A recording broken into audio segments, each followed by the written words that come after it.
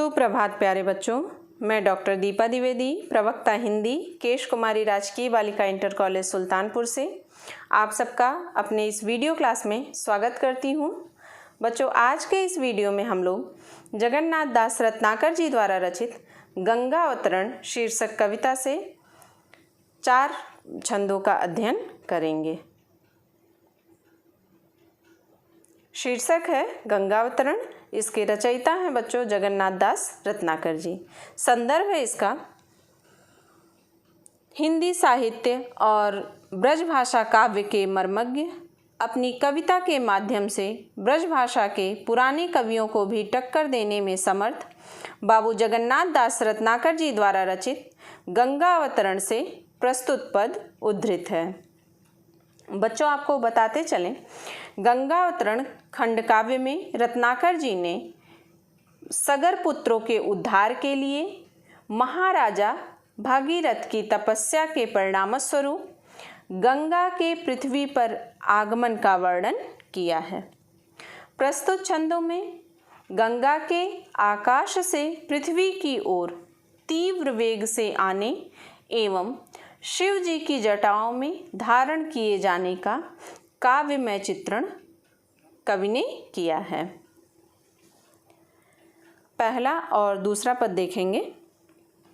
निकसि कमंडल तय उमंडी नभ मंडल खंडति धाई धार अपार बेग सौ वायु विहंडति भयो घोर अति शब्द धमक सौ त्रिभुवन तरजे महामेघ मिलि मनहु एक संगहि सब गरजे निज दरेर सो पौन पटल फारति फहरावति सुरपुर के अति सघन घोर धन घसी गहरावति चली धार धुधकार धरा दिशि काटति कावा सगर सुतन के पाप ताप पर बोलती धावा।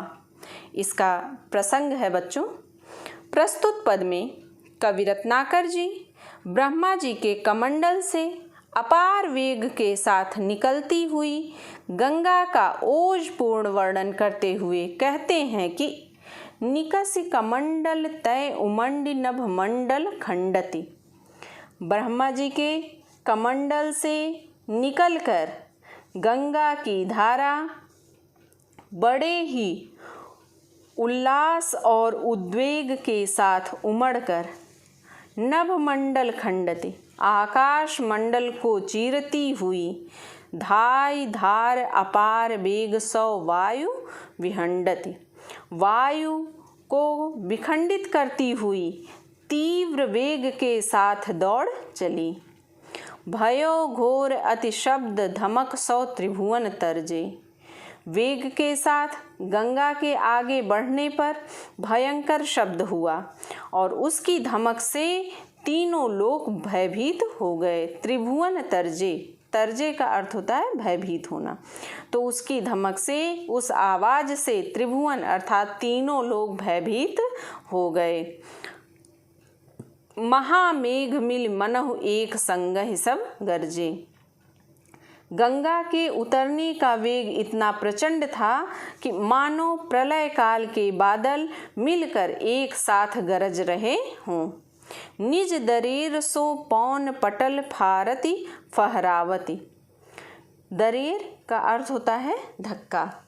निज दरेर, गंगा की धारा अपनी ही रगड़ से पवन रूपी पर्दे को फाड़ती हुई तथा सुरपुर के अति सघन घोर धन घसी गहरावती।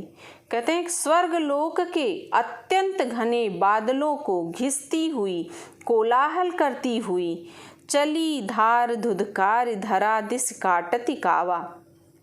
काटति कावा का अर्थ होता है चक्कर खाती हुई, तो पृथ्वी की ओर चक्कर काटती हुई तथा सगर सुतन के पाप ताप पर बोलती धावा तथा सगर के पुत्रों के पाप तथा संताप पर चढ़ाई सी करती हुई अत्यंत वेग से आगे बढ़ी।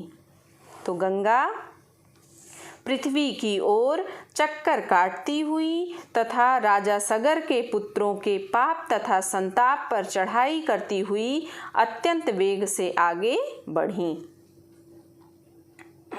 काव्यगत सौंदर्य है इसका। गंगा का धरती पर अवतरण सगर पुत्रों के संताप को हरने के लिए हुआ था। बड़े सुंदर ढंग से इस प्रसंग को कवि ने अपने छंद में समाविष्ट किया है।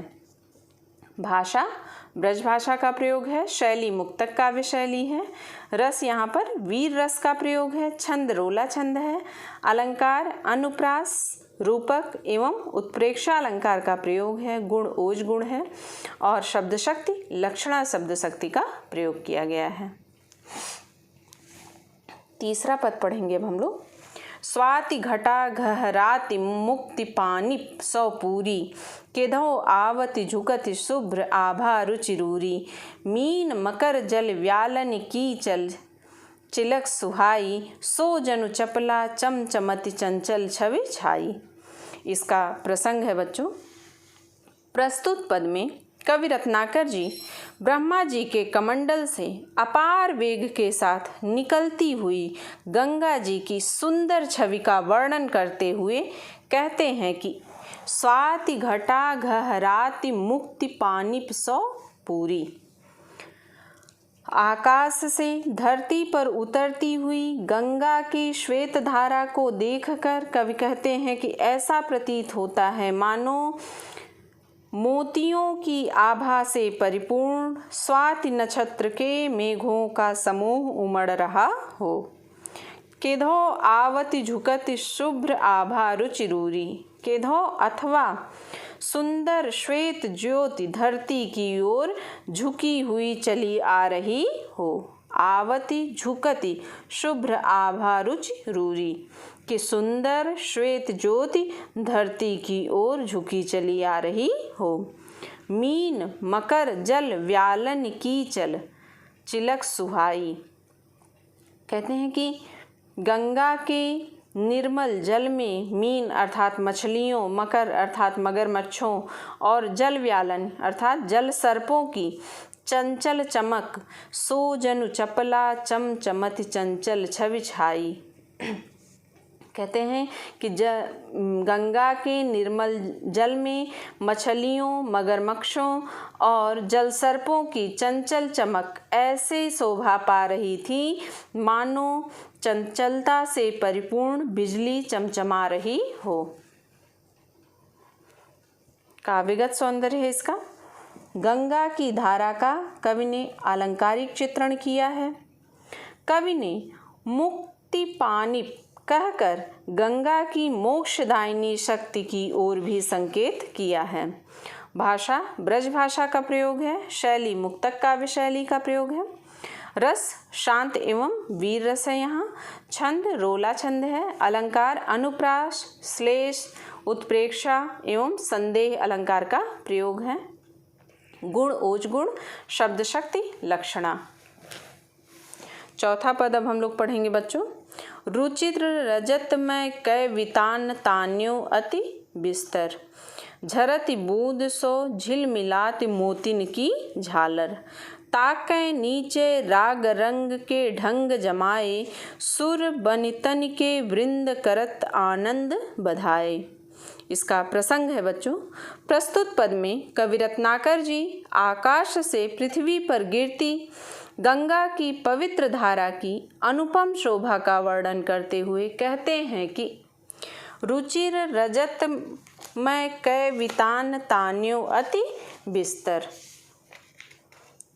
आकाश से पृथ्वी पर अवतरित होती गंगा की पवित्र धारा कवि कहते हैं ऐसी मनोहर लग रही है जैसे किसी ने रुचिर अर्थात सुंदर या मनोहर, वितान अर्थात तंबू, तो किसी ने आकाश में कोई अत्यंत विशाल तंबू तान दिया हो। बिस्तर का अर्थ होता है विस्तृत या विशाल। तो जैसे किसी ने आकाश में कोई अत्यंत विशाल तंबू तान दिया हो। झरती बूंद सो झिलमिलात मोतिन की झालर। और उस धारा से झरती जल की बूंदें ऐसी शोभा पा रही हैं जैसे उस तंबू में लटकी मोतियों की झालरें या मोतियों की मालाएं झिलमिला रही हों। ताके नीचे राग रंग के ढंग जमाए, सुर बनितन के वृंद करत आनंद बधाए। सुर बनितन देवताओं की स्त्रियां, वृंद समूह। तो कवि कहते हैं कि लगता है उस तंबू के नीचे देवताओं की स्त्रियों के समूहों ने आनंद मनाने के लिए राग रंग के सभी साजो सामान जमा कर रखे हैं। काव्यगत सौंदर्य है इसका बच्चों। तंबू के रूप में गंगा की धारा के वर्णन की कल्पना में कवि की प्रतिभा दर्शनीय है। भाषा ब्रज भाषा का प्रयोग है। शैली मुक्तक काव्य शैली है। रस शांत रस का प्रयोग है। छंद रोला छंद है। अलंकार अनुप्रास एवं उपमा अलंकार का प्रयोग है। गुण प्रसाद गुण है। शब्द शक्ति अभिधा शब्द शक्ति का इसमें प्रयोग किया गया है। बच्चों इस वीडियो के अंतर्गत हम लोगों ने गंगा अवतरण शीर्षक कविता से 4 छंदों का अध्ययन किया है। उम्मीद करती हूँ आपको समझ में भी आया होगा। अगर कहीं कोई समस्या हो तो आप कमेंट बॉक्स के माध्यम से मुझसे पूछ सकते हैं। मिलते हैं बच्चों अगले वीडियो में। धन्यवाद।